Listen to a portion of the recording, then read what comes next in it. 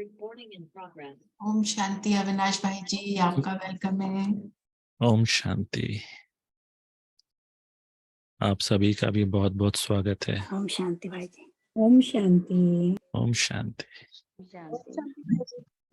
आज ओम शांति। ओम शांति भाई जी। ओम शांति। ओम शांति अविनाश भाई जी। ओम शांति। ओम शांति। आप सभी का बहुत बहुत स्वागत है। आज का जो विषय है ट्रस्टी, ये हमारी जो दो शक्तियां जिनके ऊपर हम अभ्यास कर रहे हैं, पावर टू विड्रॉ, समेटने की शक्ति, और विस्तार को संकीर्ण करने की शक्ति, पावर टू लेट गो। इन दोनों शक्तियों को हम संचय कर रहे हैं और ये उसका आखिरी टॉपिक है, आखिरी विषय है। तो मैं समझता हूँ हम सभी ने कुछ परसेंटेज एटलीस्ट इन शक्तियों की अपने में बढ़ाई होगी। सभी को एहसास भी लग रहा होगा कि अब आजकल आप जल्दी से चीज़ों को छोड़ देते हैं, आपने अपना जो विस्तार है उसको समेटा भी है, तो बहुत अच्छी बात है। तो ट्रस्टी के ऊपर हम आगे समझते हैं क्या है। उससे पहले जो पिछले सप्ताह के जो चार्ट के रिजल्ट्स थे वो हमारे पास आए हैं। तो करीब 150 भाई बहनें जो हैं चार्ट्स भर रहे हैं, पर जो रेगुलर है वो थोड़े कम हैं। तो हमारी आशा है कि आप रेगुलर चार्ट भरिए ताकि हम उससे हमारी स्थिति का पता चलता है। तो जो सबसे प्रथम रहे हैं वो बीके विजय भाई। विजय भाई, और इनका नंबर 708320 से स्टार्ट होता है। तो सबसे प्रथम आप रहे हैं, आपको बहुत बहुत मुबारक हो। और उसके बाद है मंजू बहन, आपका जो नंबर है वो 94153 से स्टार्ट होता है, आपको भी बहुत बहुत मुबारक हो। और फिर है पूनम बहन, आपका नंबर 99553 से स्टार्ट होता है, आपको भी बहुत बहुत दिल से मुबारक हो। और बाकी सभी भाई बहनें जो रेगुलर नहीं भर पा रहे हैं, आपसे भी हम रिक्वेस्ट करेंगे कि आप रेगुलर भरें और इस रेस में हम आगे बढ़ें। कुछ एक दो बातें और थी जिसमें ये था कि कई भाई बहनें अपना नाम और नंबर चेंज कर देते हैं, तो एक ही रखें चार्ट के हिसाब से। तो ये थी प्रोजेक्ट की बात। अभी भी आ जाते हैं कि जो आज का टॉपिक है ट्रस्टी, और जो आज की मुरली में एक बात है मर्जीवा। मर्जीवा, ट्रस्टी, रूहानियत। तो पहले इन शब्दों को थोड़ा समझ लेते हैं और उसके बाद फिर मुरली पे आते हैं। तो सबसे पहले हम एक एग्जाम्पल लेते हैं कि मान लीजिए आप सुबह अमृत वेला करके रिचार्ज होकर के बहुत शक्ति आपके अंदर भर गई है। उसके बाद आप सेंटर पे गए हैं मुरली सुनने के लिए। मुरली सुन करके सुना और बहुत ही इंटॉक्सिकेटेड फील कर रहे हैं, बहुत ही एनर्जेटिक फील कर रहे हैं। बाबा ने कहा कि आप वानप्रस्थी हो, अब घर जाने का समय है, आपका जो लंगर है वो इस दुनिया से उठ चुका है। बहुत अच्छी स्मृति लगती है, बेहद का वैराग आता है। मुरली सुन करके हम बाहर निकलते हैं। बाहर जा कर के सड़क पे चल रहे हैं तो किसी ने गाड़ी से कीचड़ फेंक दिया, आपका वाइट कुर्ता है, वाइट साड़ी गंदी हो गई। जो इंटॉक्सिफिकेशन है जो हमने मुरली में सुनी थी या जो अमृत वेला में शक्ति एनर्जी की थी, वो आधी डाउन हो जाती है। उसके बाद घर जाते हैं, सब कुछ अच्छा चल रहा है, अचानक पति पत्नी उन दोनों में कोई बात हो गई, मूड ऑफ हो गया। बच्चों से कोई बात हो गई, मूड ऑफ हो गया। ऑफिस में कोई बात हो गई, मूड ऑफ हो गया। हम चले जाते हैं कमरे में अपना साइड होकर के, अच्छा नहीं लग रहा, एनर्जी डिप्लीटेड लग रही है। जो सुबह शक्ति जमा की थी वो सारी खर्च खत्म, और ही डाउन हो जाते हैं। ऐसा क्यों होता है? जो हमारी इमोशनल एनर्जी है वो सारी हमारे अंदर ही के ही संकल्प चूस लेते हैं। तो हम समझते हैं इस बात को क्या से कैसे होता है। देखिए, हम यहाँ पे आत्मा शब्द यूज कर सकते हैं। हम सभी आत्माएं जो हैं अलग अलग बैकग्राउंड से, अलग अलग जैसे कहते हैं समाज से आई हुई हैं। हम सभी आत्माएं अपने अपने बुक ऑफ लॉ, जिसको होते हैं कानूनी किताब, उसके हिसाब से चलते हैं। और ये जो कानूनी किताब हमने अपने अंदर बनाई है, वो कैसे बनाई है? अपने पेरेंट्स से हमने सीखा है, अपने भाई बंधुओं से सीखा है, अपने दोस्तों से सीखा है, अपने समाज से सीखा है। कानूनी किताब या बुक ऑफ लॉ या कहें मनमत, उस मनमत के आधार पे हम चलते हैं। और मनमत के आधार पे ही हमारे अंदर एक जज बन जाता है और एक विक्टिम बन जाता है। मनमत में लिखा हुआ है कि मैं जो है पुरुष हूं, मैं स्त्री हूं, मैं फला पोजीशन पे हूं और मुझे ऐसा कार्य करना चाहिए, या इस व्यक्ति को ये नहीं बोलना चाहिए, इस व्यक्ति को ऐसा बोलना चाहिए।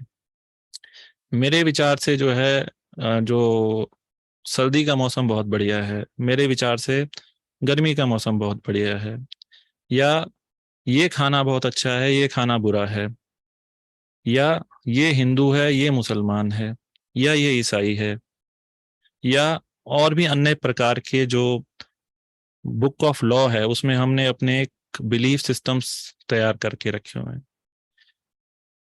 उसके आधार पे ही हम जज बनते हैं और विक्टिम बनते हैं। अगर हमारी की हुई बात, हमारी मन में आई हुई सोच अगर सही होती है, उसके हिसाब से ही हम लोगों को देखते हैं और परखते हैं। वो हम जज बन जाते हैं, लोगों को जज करने लगते हैं या बातों को जज करने लगते हैं। अगर वो बात हमारे जो बुक ऑफ लॉ है उसके हिसाब से नहीं चलती है, तो हम विक्टिम बन जाते हैं। मेरे साथ ऐसा हो गया, मेरे साथ ऐसा नहीं होना चाहिए था, और भी कितनी बातें हो जाती हैं। इनको तमीज नहीं है बोलने की, देखो कितना तेज बोलते हैं, या कोई लंबा है, इसको लंबा नहीं होना चाहिए, छोटा है, मोटा है। अन्य प्रकार के जो हमारे अंदर मैं और मेरेपन के जो बीज हैं, उससे हम अपने आप को विक्टिम बना लेते हैं। और विक्टिम बनाने से क्या होता है? अपने आप को गिरा देते हैं, हम अपनी एनर्जी को नीचा कर देते हैं। और जब ये एनर्जी नीचे हो जाती है तो हमारी इमोशंस हम पे हावी हो जाती हैं और हम अच्छा फील नहीं करते। जो एनर्जी हमने ली थी वो हम उसका संचय नहीं कर पाते, उसका यूज नहीं कर पाते हैं।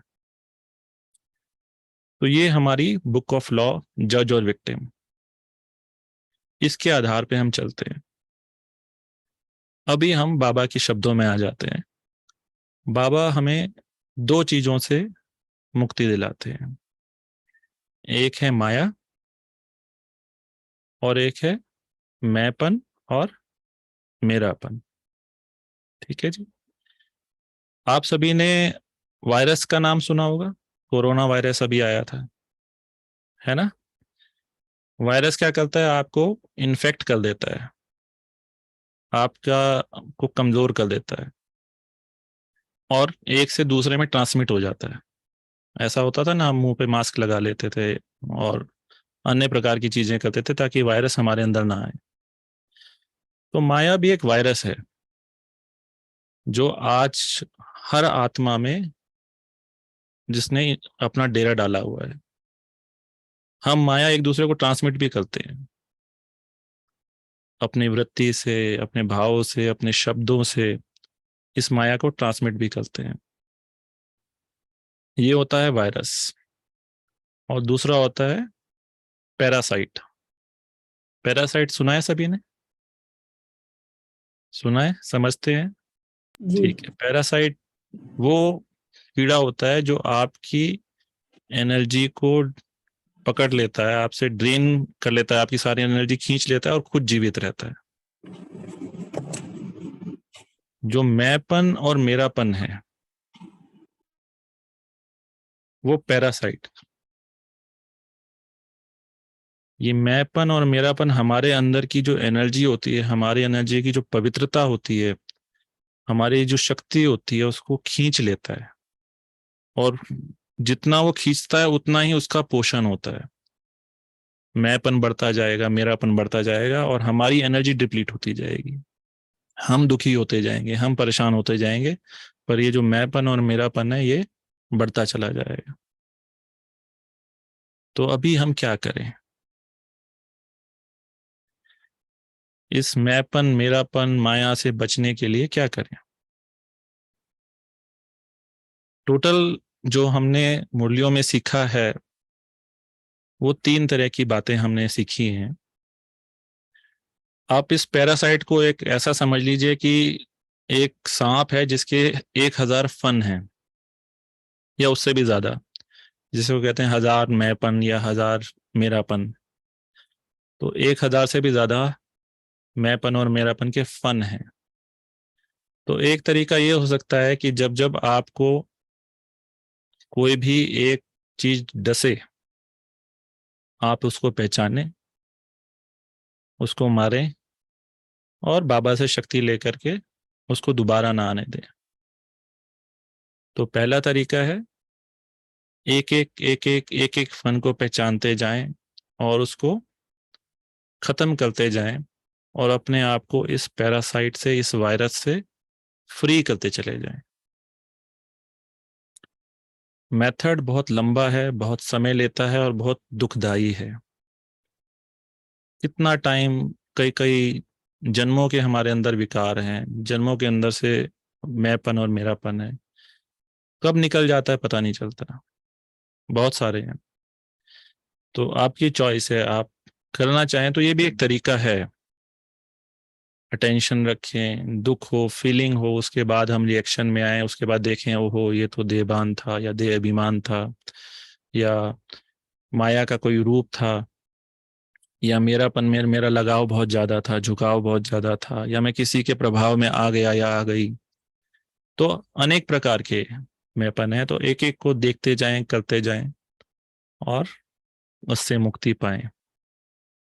दूसरा जो है हमारा मेथड है, जिसको हम दूसरी मेथडोलॉजी कहते हैं, वो कहते हैं कि हम इसको खाना देना बंद कर दें।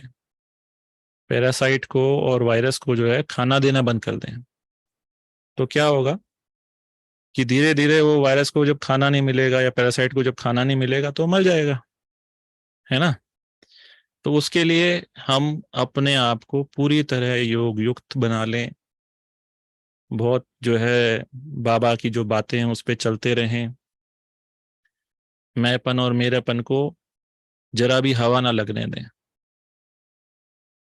पर अगेन निरंतर याद में रहना, योग युक्त रहना, हमेशा बाबा एक, बाबा दूसरा ना कोई, इसमें रहना, इसमें भी टाइम लगता है। इट टेक्स टाइम, बहुत लंबी जर्नी है। तीसरा जो बाबा ने आज की मुरली में बताया, मर जीवा, इनिशिएशन ऑफ डेड। अपने आप को ही मार दो, kill your self. Kill your self मतलब जो आज आपकी बुक ऑफ लॉ है उसको पूरी तरह खत्म कर दो। जब आप ही नहीं रहेंगे तो पैरासाइट और वायरस किस पे जिंदा रहेंगे? वो भी मर जाएंगे। तो मर जीवा, आज अपने बुक ऑफ लॉ जो भी आपने सीखा है बचपन से लेके आज तक, फिनिश इट ऑफ, खत्म कर दो, मर जाओ और नया जन्म लो। नया जन्म जिसमें बाबा की श्रीमत हो, बाबा की श्रीमत के आधार से ही नए जन्म की जो भी हम कार्य करें वो कार्य हम करते चले जाएं। तो हम देखेंगे जो ये थर्ड मेथड है ये बाबा का सिखाया हुआ मेथड है। बाकी सभी मेथड भी बाबा ने बताए हैं, और जो थर्ड मेथड है इस जो हमारे सिंपलेस्ट वे में बाबा ने बताया है कि मलजीवा हो जाओ, मलजीवा बन जाओ, अपने पुराने संस्कारों से, पुराने कर्मों से, पुरानी बातों से कंप्लीटली उसको, जैसे कहते हैं ना, संस्कार कर दो। पुराने संस्कारों का संस्कार करके नया जन्म लो। नए जन्म में जो बाबा ने आपको बातें सिखाई हैं वो बातें अपने अंदर धारण करके उसके आधार पे अपना जीवन चलाएं। तब हम देखेंगे कि हमारा जीवन कितना सुंदर, कितना पवित्र बन गया है। जी। उसके बाद आता है ट्रस्टी। तो अभी हम थोड़ा मुरली पढ़ते हैं, फिर उसके बाद ट्रस्टी को समझेंगे और रूहानियत को समझेंगे। ब्रह्मा कुमार हैं तो मलजीवा तो बन ही गए। तो ब्रह्मा कुमार हैं या कुमारी हैं, अगर अपने आप को हम बीके टाइटल लगाते हैं तो इसका मतलब है कि हम ब्रह्मा के कुमार हैं या ब्रह्मा की कुमारी हैं। अभी हम जो हैं वो एग्जिस्टिंग में नहीं है। अगर हमने अपने आप को मलजीवा नहीं बनाया है तो कायदे से हम अपने नाम के आगे बीके भी नहीं लगा सकते। बीके मतलब मर जीवा। पुरानी दुनिया से मरे हुए हैं, बाबे की दुनिया में हैं, तभी हम अपने आप को कह सकते हैं कि हम बीके हैं। ब्रह्मा कुमार या कुमारी हैं तो मलजीवा तो बन ही गए। मलजीवा बने हुए हो, यह स्मृति में रहने से फिर यह शरीर आपे ही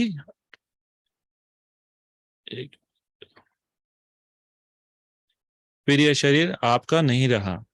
यह शरीर पाप ने ईश्वरीय सर्विस के लिए दिया है। तो बाबा ने क्या कहा, मलजीवा बन गए हो, नए जन्म में ये जो शरीर है आपका, ये आपका नहीं रहा है, ये आपने बाबा को दे दिया है। आप सिर्फ आत्मा है और आपने ये शरीर बाबा को दे दिया है। तो यह शरीर बाप ने ईश्वरीय सर्विस के लिए दिया है। आप तो मर चुके हो ना, लेकिन यह पुराना शरीर सिर्फ ईश्वरीय सर्विस के लिए मिला हुआ है। ऐसे समझकर चलने से इस शरीर को भी अमानत समझेंगे। जैसे कोई की अमानत होती है तो अमानत में अपनापन नहीं होता, ममता भी नहीं होती, तो यह शरीर भी एक अमानत समझो, तो फिर देह की ममता भी खत्म हो जाएगी। जैसे ट्रस्टी हो रहने से, अमानत समझने से ममता कम होती है ना। तो ट्रस्टी का मतलब क्या होता है? ट्रस्टी वो होता है कि जो दूसरे के एसेट्स को, एसेट्स मतलब दूसरे का जो भी कुछ है उसको खाली मैनेज करता है, उसमें उसका अपनापन कोई नहीं होता। और किसी और के, जैसे एक मालिक होता है, मालिक के जो है ट्रस्ट बना देता है और उसमें ट्रस्टी रख देता है और उसको कहता है भाई आप ये सारा कारोबार संभालो। तो अब ट्रस्टी का क्या फर्ज होता है कि वो जो है उसका जो भी कारोबार है उसको न्यूट्रल होकर के देखता है, न्यूट्रल होकर के कार्य करता है, उसमें उसका अपनापन नहीं होता। मैं, जिसे हम कहते हैं ना कि हम न्यूट्रल बन जाएं, ट्रस्टी बन जाएं इस देह के, मतलब इस देह को के साथ हमारा ममत्व खत्म हो जाए, हमारा देह अभिमान टूट जाए, देह अभिमान रहे ही ना, क्योंकि ये देह तो हमने बाबा को दे दिए। तो ट्रस्टी बन जाएंगे तो हमारा जो ममत्व है इस देह के साथ में या देह के संबंधियों के साथ में, वो सब खत्म हो जाएगा। हम इस अमानत को जो बाबा ने हमको दिया है, ये शरीर बाबा ने हमको दिया है, नए जन्म में जो हमको ये शरीर मिला है, इसको हमें सिर्फ ईश्वरीय कार्य में लगाना है। चाहे जैसी सेवा हो, जैसी ना हो, आपने वो कर करके बाबा को समर्पित कर देनी है। आप फ्री हो, यू आर फ्री। आपके ऊपर कोई प्रकार का बोझ नहीं है। ये शरीर जैसे चलता है, जैसे नहीं चलता है, आपने दे दिया है, बाबा को समर्पित कर दिया है और अब आप उसको चला रहे हो। तो ट्रस्टी का काम होता है किसी भी चीज को मैनेज करना, उसमें अपनी कोई आसक्ति, कोई ममता नहीं रखना, और जैसा जो रिजल्ट हो वो जा करके जो मालिक है उसको सौंप देना। तो ऐसा हमें बनना है, ट्रस्टी बनना है। इस शरीर को, आज की जो मुरली है इसमें इस शरीर को ही दे देना है। तो देह और देह के संबंध तो फिर साथ साथ ही चले जाएंगे। जो मैं और मेरापन है वो भी चला जाएगा। माया भी चली जाएगी। तो कितने बड़े फायदे हैं। तो जिसकी अमानत है उनकी स्मृति अमानत को देखकर तो आती है। अब इस शरीर को देख करके क्या याद आए, क्या याद आएगा? बाबा याद आएगा। भाई बाबा को दिया हुआ शरीर, उसकी चीज दी हुई है तो वही याद आएगा, है ना। तो अमानत रखी हुई चीज को देख देने वाले की याद आती है ना। यह तो अमानत रूहानी बाप ने दी है, रूहानी बाप की याद रहेगी। अमानत समझने से रूहानियत रहेगी और रूहानियत से सदैव बुद्धि में राहत रहेगी, थकावट नहीं होगी। जब आपके ऊपर कोई बोझ ही नहीं होगा, आपने अपनी देह की सारी जिम्मेवारियां बाबा को दे दी हैं, आप सिर्फ उसको मैनेज कर रहे हो, तो आपके ऊपर कोई बोझ नहीं है। बोझ नहीं है तो फिर थकावट नहीं है, हल्के होकर के काम कर। और रूह समझेंगे तो रूहानियत अपने आप रहेगी, और रूहानियत रहेगी तो राहत रहेगी। एक छोटा सा एग्जाम्पल आपको मैं समझाता हूँ इसमें, कि जैसे हमारा जो लौकिक कार्य है उसमें हमें कई बार बड़े बड़े डिसीजंस लेने पड़ते हैं। लाखों लाखों करोड़ों के जो डिसीजंस है वो हमें लेने पड़ते हैं, पर हम जानते हैं कि हम जो है निमित्त बने हुए हैं इस कार्य को करने के लिए। तो हम चीजों को न्यूट्रल होकर के देखते हैं कि हाँ यहाँ पे इस चीज की आवश्यकता है, चाहे उसमें 50 लाख लगे, चाहे 75 लगे, चाहे 1 लगे, चाहे जितना मर्जी लगे। तो हम डिसीजन ले लेते हैं, बड़े आराम से ले लेते हैं, कोई हम पे बोझ नहीं होता, कोई हम पे कोई प्रेशर नहीं होता है। अब यही चीज अगर हमारी अपनी होती, हमारे घर में होता, या चलो 50 तो ऊपर की बात है, अगर मान लो 1 लाख का भी कुछ ऊपर नीचे हो रहा होता तो धड़कनें तेज ऊपर नीचे हो जाती हैं, सभी के साथ होता होगा। ये थोड़ा और भी कम हो तो अगर चलो एक भी फिर भी ज्यादा है, 2-4 हजार 5 हजार भी ऊपर नीचे हो जाए तो लगता है कि ना कोई बड़ी बात होगी। अभी हम ट्रस्टी हैं तो फिर हमें जो है बड़े से बड़ा कार्य करने में भी कोई दिक्कत नहीं है ना? तो यहाँ जो ये मेरापन है, जो मैंपन है, वो ट्रस्टी होने से वो चला जाता है। तो अमानत में खयानत करने से रूहानियत के बदले उलझन आ जाती है, राहत के बजाय घबराहट आ जाती है। इसलिए यह शरीर है ही सिर्फ ईश्वरीय सर्विस के लिए। तो आज की मुरली से हम ट्रस्टी को, मर्जीवा को गहराई से समझेंगे, खुद को भी, खुद के अंदर भी मनन चिंतन चलाएंगे। और ये एकदम से आप मर्जीवा नहीं बन सकते हैं, ये भी एक थोड़ी सी लंबी यात्रा है। इतना आसान भी नहीं है कि हाँ भाई हम आज से बाबा का शरीर हो गया उसके बाद शरीर के बारे में ख्याल ना है या कुछ भी ना हो, तो ऐसा नहीं होता है। पर ठीक है, हम याद की यात्रा पे हैं, हम प्रैक्टिस कर रहे हैं, बाबा के बच्चे हैं, सभी अच्छे ढंग से पुरुषार्थ कर रहे हैं, और अच्छे ढंग से पुरुषार्थ करते हुए जरूर हम अपनी मंजिल पे पहुंच ही जाएंगे। तो आज से जो है ये प्रैक्टिस हम शुरू कर दें मर्जीवा बनने की, और जो भी हमारा है, जहाँ पे भी मैं और मेरापन है, उसको खत्म करते चलें, सब कुछ बाबा को दे दें। जब हमारा शरीर ही नहीं है तो शरीर के लिए जो भी उपयोग में वस्तु आती है, या जो भी हमारे संबंधी हैं, या जो भी हमारे पास वैभव वस्तु है, वो सब हमारी नहीं है, कुछ भी हमारा नहीं है। तो हम क्यों उसमें आसक्ति लगाए बैठे हैं?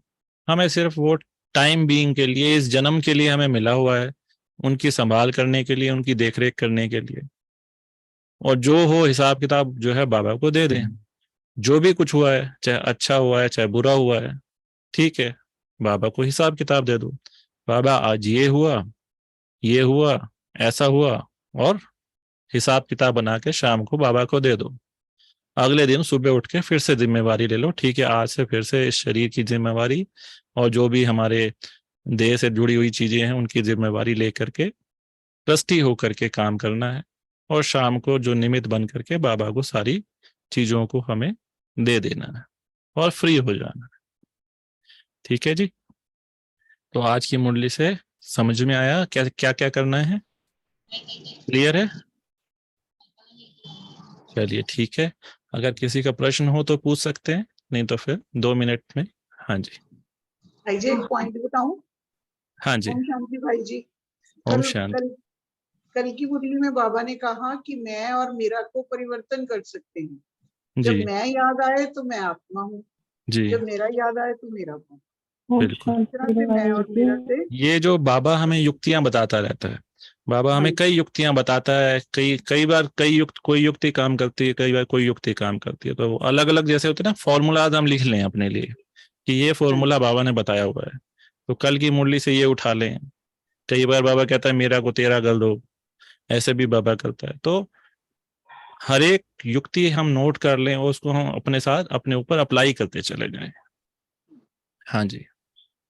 ओम शांति भाई जी मैं जब भी मुरली पढ़ती हूँ ना, ऐसे तो मैं चुप के ही पढ़ती हूँ, कभी कभी युगल देख लेते हैं तो बहुत झमेला करते हैं। तो कल से मैं रो ही जा रही हूँ कि सारा काम ठीक से करती हूँ, मेरे से थोड़ी सी इतना तेज तो हो। बोलेंगे बहन जी, आवाज थोड़ा कम आ रही है मुझे। भाई जी घर वाले सुन लेने। उन्होंने चैट में भी लिखा हुआ है अविनाश भाई ji, what she is saying, she is put it in chat, you can read it. आप थोड़ा बोल सकते हैं? एक्चुअली मेरे को थोड़ा yes yes, I can read it थोड़ा इफ। दूर है। हम्म। शी इज रिटन, मैं जब भी मुरली पढ़ती हूँ युगल गुस्सा हो जाते हैं, कल उन्होंने मुझे पढ़ते हुए देख लिया, कल से मेरा मूड ऑफ है, रोना भी आ गया, क्या करूं। This is what she is. देखिए, इसमें मूड ऑफ और रोने करने की बात नहीं है।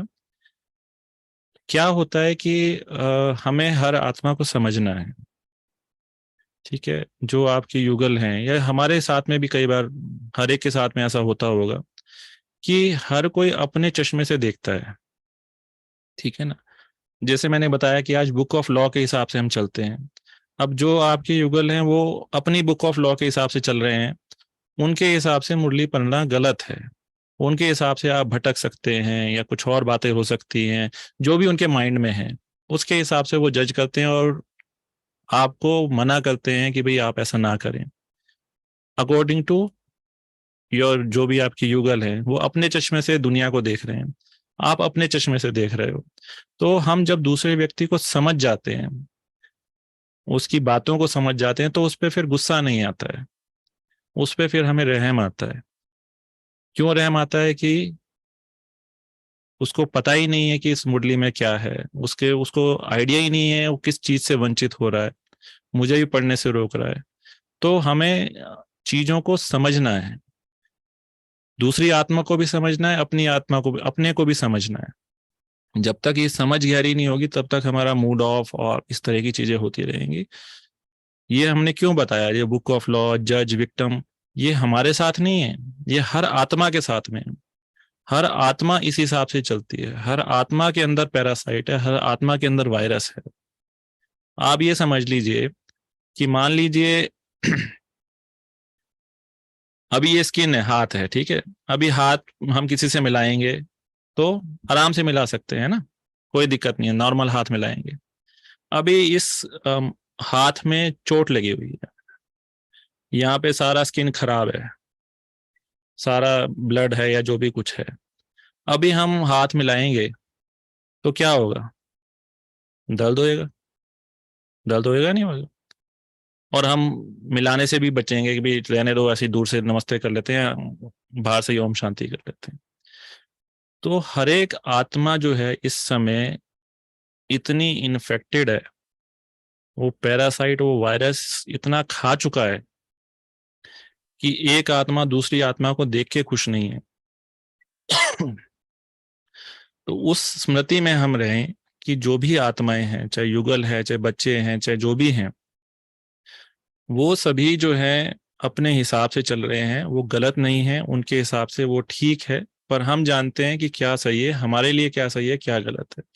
तो सबसे पहले मूड ऑफ करना बंद करें, रोना बंद करें, क्योंकि इससे हमारी एनर्जी डिप्लीट होती है। अगर हमारी एनर्जी डिप्लीट होगी तो फिर हम मुरली पढ़ने का क्या सुख है। तो समझें, वो भी सही है, हम भी सही हैं। तो थोड़ा हम युक्ति निकालें कि हम थोड़ा आगे पीछे पढ़ लें और उनको भी रिस्पेक्ट दें, रिजेक्ट ना करें। जब हम आत्मा को उस नजर से देखते हैं, उस शुभ भावना से देखते हैं, तो वो भी हमारे सहयोगी बन जाते हैं। अभी उनका हाथ पूरा कटा हुआ है, हमारा हाथ भी कोई बहुत अच्छा नहीं है, और हम मेल मिला रहे हैं, तो तकलीफ तो दोनों को होगी, उनको भी तकलीफ होती है, हमको भी तकलीफ होती है। तो हर एक आत्मा का रोल अपना है, उसको समझें, उनके पार्ट को समझें और बड़े रहम भाव से, शुभ भावना से जो चीजें उनको तकलीफ पहुंचाती हैं उनके सामने ना करें। मुरली आप आगे पीछे भी पढ़ सकते हैं, थोड़ा ऊपर नीचे भी पढ़ सकते हैं। जरूरत है कि अपना जो शक्ति है, अपनी एनर्जी है, उसको ड्रेन होने से बचाएं। अभी आप जो इन मुरलियों में आगे समझेंगे, भाई जी अभी इन मुरली तो मुरलियों आगे में पीछे जो पढ़ लूंगी, लेकिन 5 बजे उठती हूँ ना, तभी भी वो गुस्सा करते हैं कि सुबह सुबह उठ जाती हो। अमृत वेला जबकि मैं लेटे लेटे करती हूँ। जी हाँ, तो जैसे भी आप पढ़ते हैं बहुत अच्छा है। अपना आराम से हर आत्मा को समझते हुए उसके हिसाब से किसी भी आत्मा के प्रति हम अपने अंदर नेगेटिव भाव ना रखें। अगर हमको रोना आ रहा है, मूड ऑफ हो रहा है, तो डेफिनेटली हमारे अंदर कहीं ना कहीं एक घृणा की भावना, एक नेगेटिव भावना अंदर है, उसको हटा दें। उसको दूसरे तरह से देखें कि वो आत्मा आपको सशक्त बना रही है, आपको अपनी बात पे पक्का कर रही है, और उस आत्मा के प्रति रहम भावना रखें और शुभ भावना रखें। तो आपको ये मूड ऑफ होना और ये रोना नहीं आएगा। और जैसे हमने बताया कि जब हमने अपना, अभी तो हम आज सिर्फ शरीर की बात कर रहे हैं, आगे मुरलियों में आप पढ़ेंगे कि संबंधियों के निमित्त हमें बनाया है, उनके प्रति भी ट्रस्टीपन है और अन्य चीजों के प्रति हमें ट्रस्टीपन लाना है। तो उस हिसाब से जब हम कार्य करेंगे कि हमने ये देह बाबा को दे दी है, अपना समय बाबा को दे दिया है, सब कुछ बाबा को दे दिया है, तो वो चला आ रहा है, चलाएगा। हमें चिंता करने की या हमें कुछ और चेंज करने की क्या जरूरत है। ठीक है, तो सबसे पहले हल्के हों, किसी भी प्रकार का बोझ नहीं रखें। मुरली आगे पीछे पढ़ लें, जो भी चीजें हैं, अमृत वेला थोड़ा ऊपर नीचे हो रहा है, कोई बात नहीं, टेक इट इजी। सबसे बड़ी बात है अपनी एनर्जी को हमें बचा के रखना है, उसको बढ़ाना है, कम नहीं करना है। और ये जो चीजें होती हैं हमारी एनर्जी को, शक्ति को कम करती है। ठीक है जी। भाई जी वो राजलक्ष्मी एंड गीता बहन ने बड़ी देर से हाँ जी। राजलक्ष्मी बहन कर रहे हैं। भाई जी क्या है ना, आप जैसे बोले कि शरीर को बाबा चला रहा है और मैं ट्रस्टी हूँ, वो तो प्रैक्टिस हो रहा है, वो उसमें तो मजा आ रहा है। मन का थोड़ा गड़बड़ हो रहा है, जैसे कुछ आप सुना, ये किया, मतलब कुछ सिस्टम गड़बड़ चल रहा है, तो जी। वहां पर संकल्प को फट से नहीं स्टॉप कर सकते। जैसे बाबा बोलते हैं ना 1 सेकंड में, मैंने थोड़ा पहले से बहुत इम्प्रूवमेंट है, फिर भी क्यों संकल्प वेस्ट जा रहा है? कुछ भी नहीं होना है, वो उसके लिए थोड़ा तरीका बता दीजिए। बस मुझे देखिए, बहुत जल्द निकल जाना है। नहीं नहीं, ये जो है बहुत स्लो रास्ता है, बहुत धीरे का रास्ता है। किसी भी बारे में जल्दबाजी नहीं करें, जितना हो। जो अगर आप फिर भी जल्दी करना चाहते हैं, सबसे पहले जो हमने एक बताया था ना, जज, और दूसरा होता है विक्टिम। विक्टिम मतलब जैसे कहते हैं ना कि अपराधी, अपराध भाव। तो आपने जो आपकी जो बुक ऑफ लॉ है उसमें आपने बना लिया है कि मेरे को इस तरह से करना है और इस तरह से जल्दी जल्दी कर जाना है, तो आपने जजमेंट बना करके रखी हुई है। और अगर ऐसा नहीं होता है जी तो आपको अपराध बोध महसूस होता है, अपराध बोध महसूस होता है कि मेरे से ऐसा नहीं हो पा रहा है, ये नहीं हो पा रहा है, वो नहीं हो पा रहा है। उससे हमारी शक्ति भी ड्रेन होती है, कमजोर होती है, हमको फिर मूड ऑफ होता है। तो ये सब हमें नहीं करना है। बाबा जी चला रहा है, बाबा आया हुआ है, बाबा करा रहा है, इतना ही याद रखना है। अब हर जी मुरली में तो जी बाबा कहता है मैं पतित पावन हूँ, मैं आया हुआ हूँ, मैं कर रहा हूँ, उसके बाद भी हम अपने ऊपर जिम्मेवारी ले लेते हैं। तो हमें जिम्मेवारी नहीं लेनी है, हमें बाबा को सिर्फ देते जाना है कि बाबा ये हुआ है, ये मन में संकल्प आया, ये लो, ये लो आपका, और आप फ्री हो। जी, मतलब वो भी बाबा को सौंप देनी है। हाँ, वो भी बाबा जब को भी दे दो। गड़बड़ भी हो रहा है गड़बड़ भी तो हो रहा है उसको भी बाबा को दे दो। बाबा ये ना आजकल ये संकल्प थोड़े ऊपर नीचे आ रहे हैं, ये आप रख लो, मेरे को नहीं चाहिए। That's it. अपने आप को अपराध ठीक है बोध या गिल्ट फीलिंग में नहीं लाना है, ठीक है। बिल्कुल भी नहीं लाना है। इतना अच्छा समय चल रहा है, संगम युग का समय है, बाबा हमारे साथ में है। तो फिर हम क्यों जो है चीजों की चिंता कर रहे हैं कि ऐसा होना चाहिए वैसा होना चाहिए। ये होना चाहिए वाला चीज ही हटा दो। ठीक है। हाँ जी। जी बेबी, थैंक यू। गीता बहन है एक बार, अविनाश में। गीता बहन। भाई जी ओम शांति। ओम शांति। मेरी आवाज आ रही है आपको? हाँ जी आ रही है। भाई जी जैसे मतलब निमित्त बन के हम लोग ट्रस्टी बन के सुबह जैसे हम देते हैं बाबा को कि घर भी आपका है, बच्चे आपके, मतलब सब कुछ दे देते हैं, मतलब फिर तो बहुत अच्छा रहता है। लेकिन बीच में फिर भूल जाते हैं और फिर वापस फिर देते हैं। तो ये मतलब एक गेम सा चल रहा है, मतलब फिक्स नहीं हो रहा, परमानेंट जैसे दे देना उसके बाद बिल्कुल बेफिक्र हो जाना, वो नहीं होता। रोज दे रहे हैं, फिर बीच में ले रहे हैं, फिर उसके बाद फिर दे रहे हैं। तो ये तो सिर्फ वो, मुझे लगता है सिर्फ एक खेल ही चल रहा है और यही ठीक है। हैबिट बन गई है अभी बहुत हो रही है। अदरवाइज ये प्रैक्टिस बहुत टाइम से चलता है मेरा, पर वो जो एक फिक्स हो जाता है ना, दे दिया मीन्स दे दिया, वो वाला नहीं हो रहा है। और जी। उसके बाद बिल्कुल बेफिक्र हो जाना, कहीं अगर जिसको हमने दिया है उसमें कुछ हो जाए तो थोड़ा मन भी चलता, फिर बाद में याद आता है बाबा का है, बाबा जाने, पर एकदम नहीं आता। तो देखिए उसके दो लिए हम चीजें, क्या प्रैक्टिस करें? हाँ दो चीजें हैं। एक तो होती है हमारे को ज्ञान की समझ, जो अभी हम क्लास में कर रहे हैं, इसे हम समझ रहे हैं चीज को। और एक होता है योग। योग मतलब जिससे हमको पावर मिलती है। तो दोनों का बैलेंस हमें रखना होता है। ज्ञान की समझ भी चाहिए, साथ साथ योग भी चाहिए। तो जितनी जितनी हमारी योग की अवस्था पावरफुल होती जाएगी, जितना हमारा जो जिसे कहते हैं ना कंसंट्रेशन, एकाग्रता बढ़ती जाएगी, और जो बाबा से हमें शक्तियां मिल रही हैं वो हमारे अंदर जमा होती जाएंगी, तो ये चीज हमारी जो है धीरे धीरे कम होती चली जाएगी। जैसे मैंने कहा कि स्टेप बाय स्टेप आप ये देखो, 63 जन्म में कितने वर्ष हम इन्हीं विकारों में और मैंपन और मेरेपन में रहे हैं। भक्ति में हमने अपने आप को इतना नीचे नीचे नीचे गिराया हुआ है, अब उसको उठाने में थोड़ा टाइम तो लगेगा नहीं? तो अपने आप को टाइम दें, कोई ऐसी वो नहीं रखें, जब याद आ जाए तब दे दें, और अपने आप को इस भार से मुक्त रखें। और कभी अगर ये खेल भी लगता है तो एंजॉय द प्ले, इस खेल को भी हम आनंद के रूप से देखें। ठीक है। तो जब हमारी स्थिति आनंद में रहेगी, जब हमारी स्थिति खुश में रहेगी, शांति में रहेगी, तो हमारी शक्ति ऑटोमेटिक बढ़ जाएगी। और जब हम खुश रहते हैं, हल्के रहते हैं, तो हम ऑटोमेटिकली ये चीजें आराम से कर पाते हैं। और यही तो हम चाहते हैं, नहीं? थोड़ा तो टाइम भाई लगता है, टाइम लगता भाई है, जी सभी को लगता है। हाँ जी।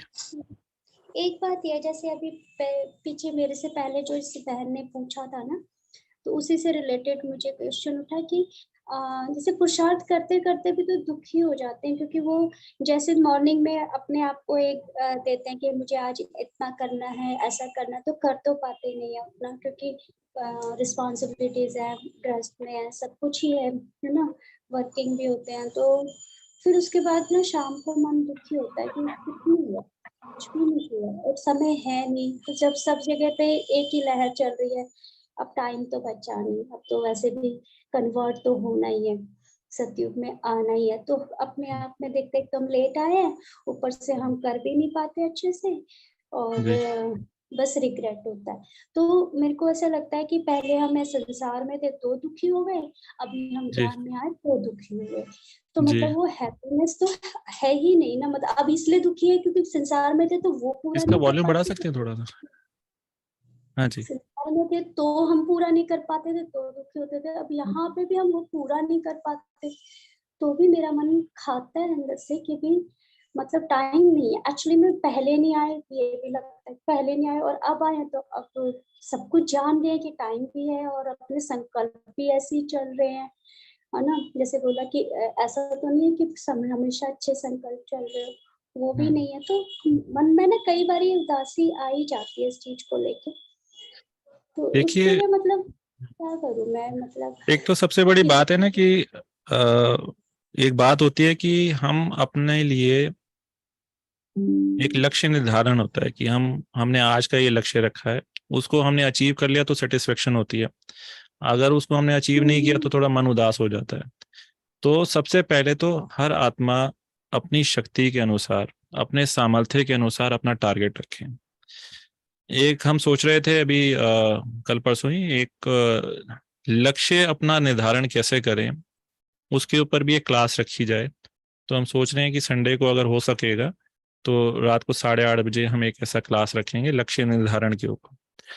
तो वापस आ जाते हैं आपकी बात पे कि हम अपना सामर्थ्य के हिसाब से, अपने दिनचर्या के हिसाब से अपना लक्ष्य रखें। और सबसे बड़ा लक्ष्य जो हमारा होना चाहिए वो होना चाहिए हमारी स्थिति खुशनुमा रहे, शांति में रहे, आनंद में रहे। बाकी सब चीजें टूल्स हैं।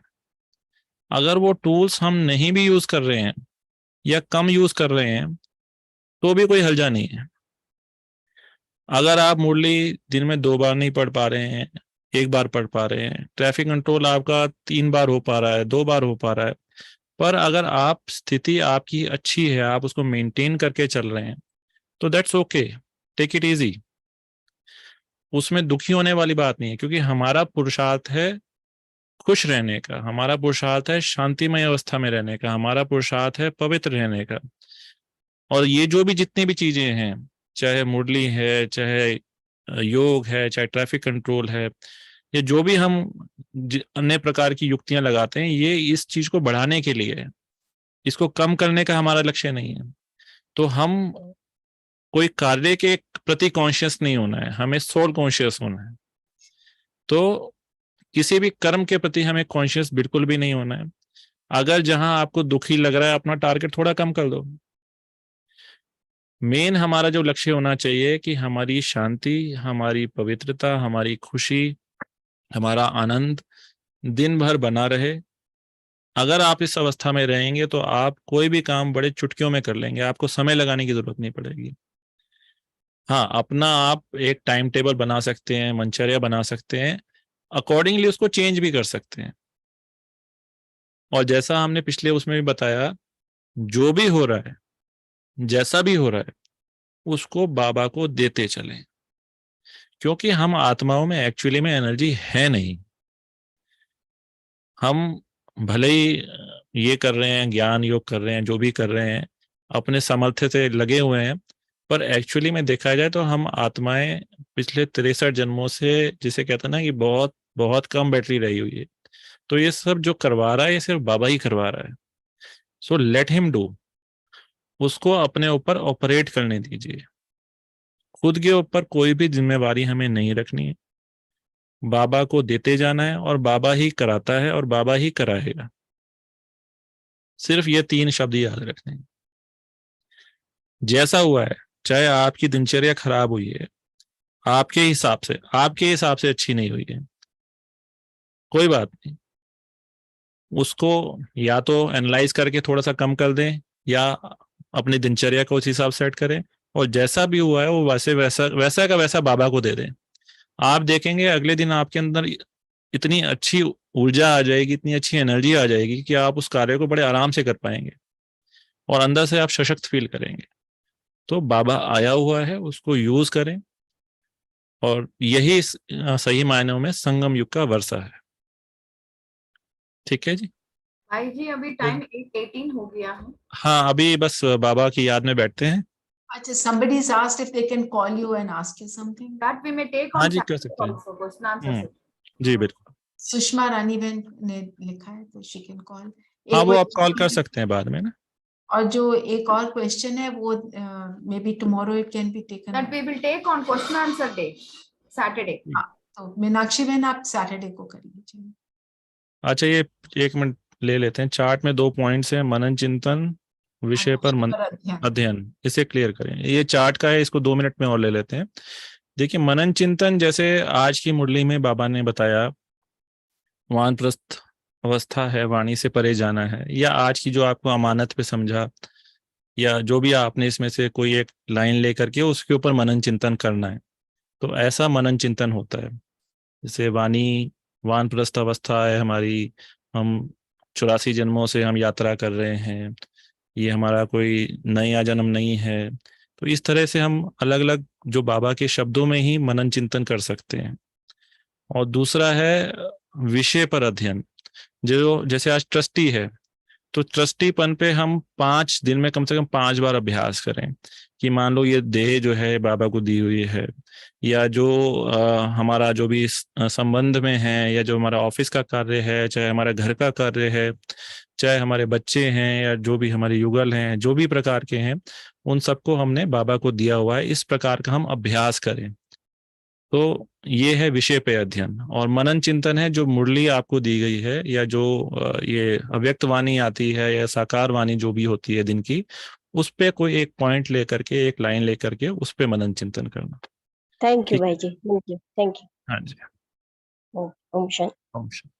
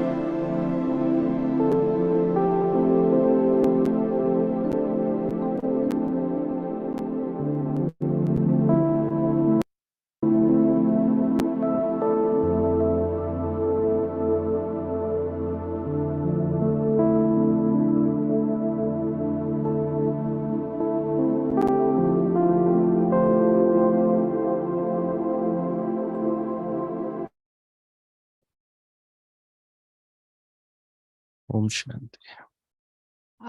अविनाश भाई जी, एक ना मैसेज आया हुआ है। अविनाश भाई को मैसेज शेयर किया है कि इस वीक के विनर अनाउंस करें। एकता बहन ने मैसेज भेजा है, वो आपको। हाँ, वो शुरू में हमने अनाउंस कर दिए थे, जी। जो क्लास और- के शुरू में अनाउंस कर और दिए थे। आपका फोन नंबर भी मांग रहे हैं। Can somebody just put it there please? हाँ, चैट में लिख दे। शालिनी बहन, आप डाल देंगे प्लीज? नहीं, अगर आप ग्रुप में जुड़े हो उनमें सभी का नंबर्स है। I don't think they get. WhatsApp में ग्रुप में जुड़े हैं तो उसमें सभी का नंबर्स है। भाई जी, इसमें देना है क्या? दे सकते हैं, कोई बात। भाई साहब क्या अनाउंस किए थे, प्लीज एक बार रिपीट कर लें। हाँ, मैं बता देता हूँ। विजय भाई हैं, उनका पूरा नाम इसमें नहीं आ रहा है।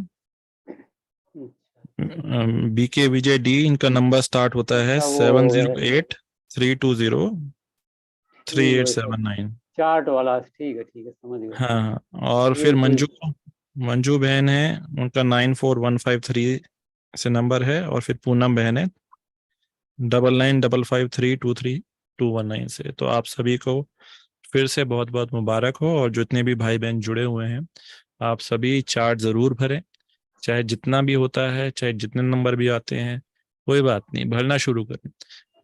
भरेंगे तो अटेंशन जाएगा, अटेंशन जाएगा तो फिर हम और आगे बढ़ेंगे। पर अटेंशन रखना है, टेंशन नहीं रखना है। ठीक है, सिर्फ अटेंशन, नो टेंशन। ठीक है ji. Thank you so much. Thank you ji. ओम शांति।